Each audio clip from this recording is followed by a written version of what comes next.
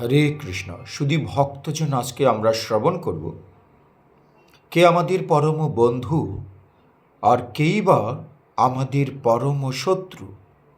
এই বিষয়ে শ্রীমদ্ ভগবদ্ গীতায় ৬ষ্ঠ অধ্যায়ে ৬ নম্বর শ্লোকে পরম ঈশ্বর ভগবান শ্রীকৃষ্ণ বলেছেন, বন্ধুর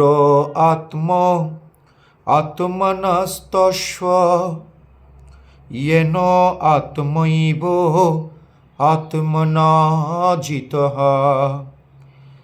अनात्मनस्तो शत्रुत्वे वर्ते तो आत्मैव শত্রুবা।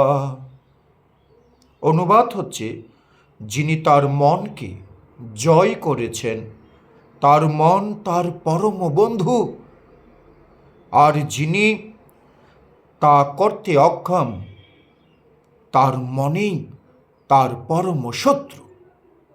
আমরা বন্ধু এবং শত্রু বাইরে খুঁজি, কিন্তু না, আমাদের মনেই আমাদের পরম বন্ধু, আবার আমাদের অসংযত মনেই আমাদের পরম শত্রু।